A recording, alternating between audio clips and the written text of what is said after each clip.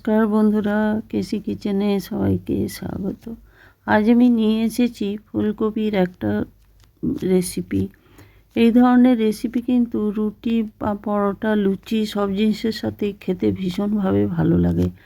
আর এইরকম রেসিপি কিন্তু খুব ঝটপট হয়েও যায় সকালে ব্রেকফাস্টে বা বাচ্চাদের টিফিনে বা রাত্রিবেলায় খুব সহজেই এরকম বানানো যায়। চলো দেখে নিই আমি কিভাবে বানাচ্ছি। দেখো, আমি একটা ফুলকপি, বড় সাইজের ফুলকপিকে নিয়েছি, তার সাথে একটা আলু নিয়েছি। এই ফুলকপিগুলো কিন্তু প্রথমে খুব ভালো করে গরম জলে নুন ফেলে আমি ধুয়ে নিয়েছি। তারপরে এইভাবে আমি ছোট ছোট করে কেটে নিয়েছি। আলুটাও এইভাবে লম্বা করে কেটে নিয়েছি। যে ফুলকপিগুলো দেখো একটু বড় আছে সেগুলো একটু ছোট করে কেটে দিলাম।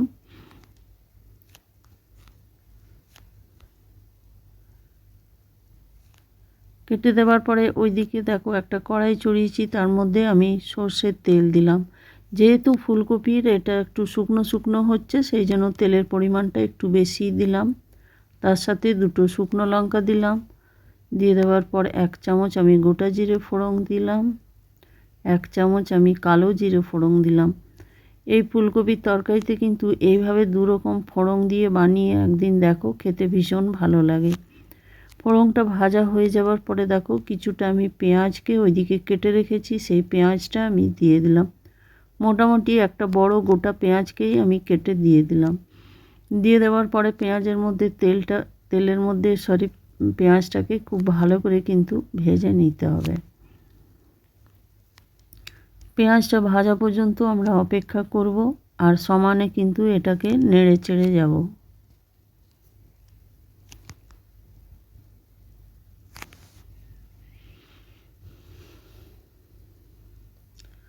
পেঁয়াজটা অনেকটা ভাজা ভাজা হয়ে গেছে। হয়ে যাওয়ার পরে দেখো আলুটা আমি কেটে রেখেছি পাতলা করে, লম্বা করে, সেই আলুটা আমি এটার মধ্যে দিয়ে দিলাম।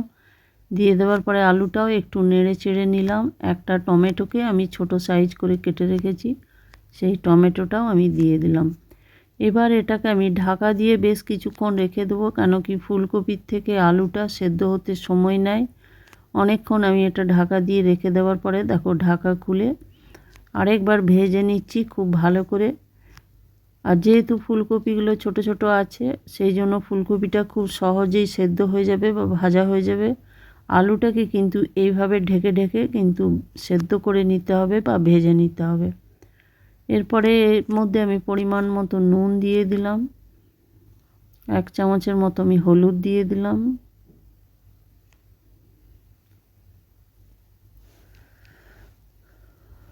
নুন হলুদ দিয়ে দেওয়ার পরে এটাকে বেশ ভালো করে আরও ভেজে নেব, তাহলে এর মধ্যে হলুদের রঙটা খুব সহজেই চলে যাবে।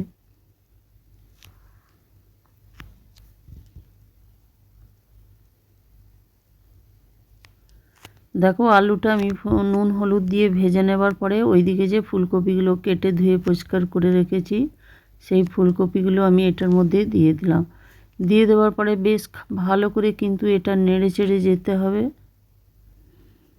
তাহলে এই ফুলকপির মধ্যে নুনের সঙ্গে সঙ্গে হলুদটাও খুব ভালো করে মাখানো যাবে আর ভাজাটাও খুব ভালো হবে।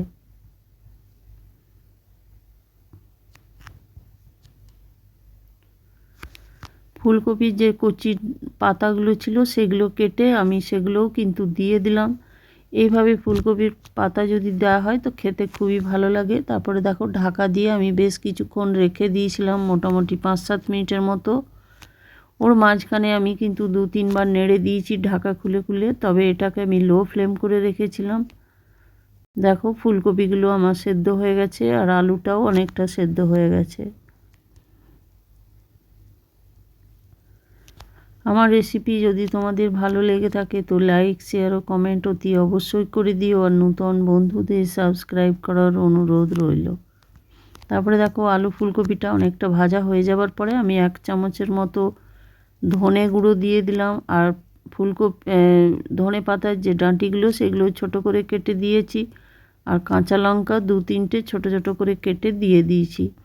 এটার মধ্যে মশলা বলতে সামান্য ধনে গুঁড়ো, এইভাবে ধনে গুঁড়ো দিয়েই বানিয়ে দেখো ফুলকপি আলুর তরকারি বা ভাজা বা ফুলকপি মশলা, খেতে অসম্ভব ভালো লাগে। তারপরে দেখো তরকারিটা আমার হয়ে গেছে। হয়ে যাওয়ার পরে ঢাকা দিয়ে আমি বেশ কিছুক্ষণ রেখে দিয়েছিলাম।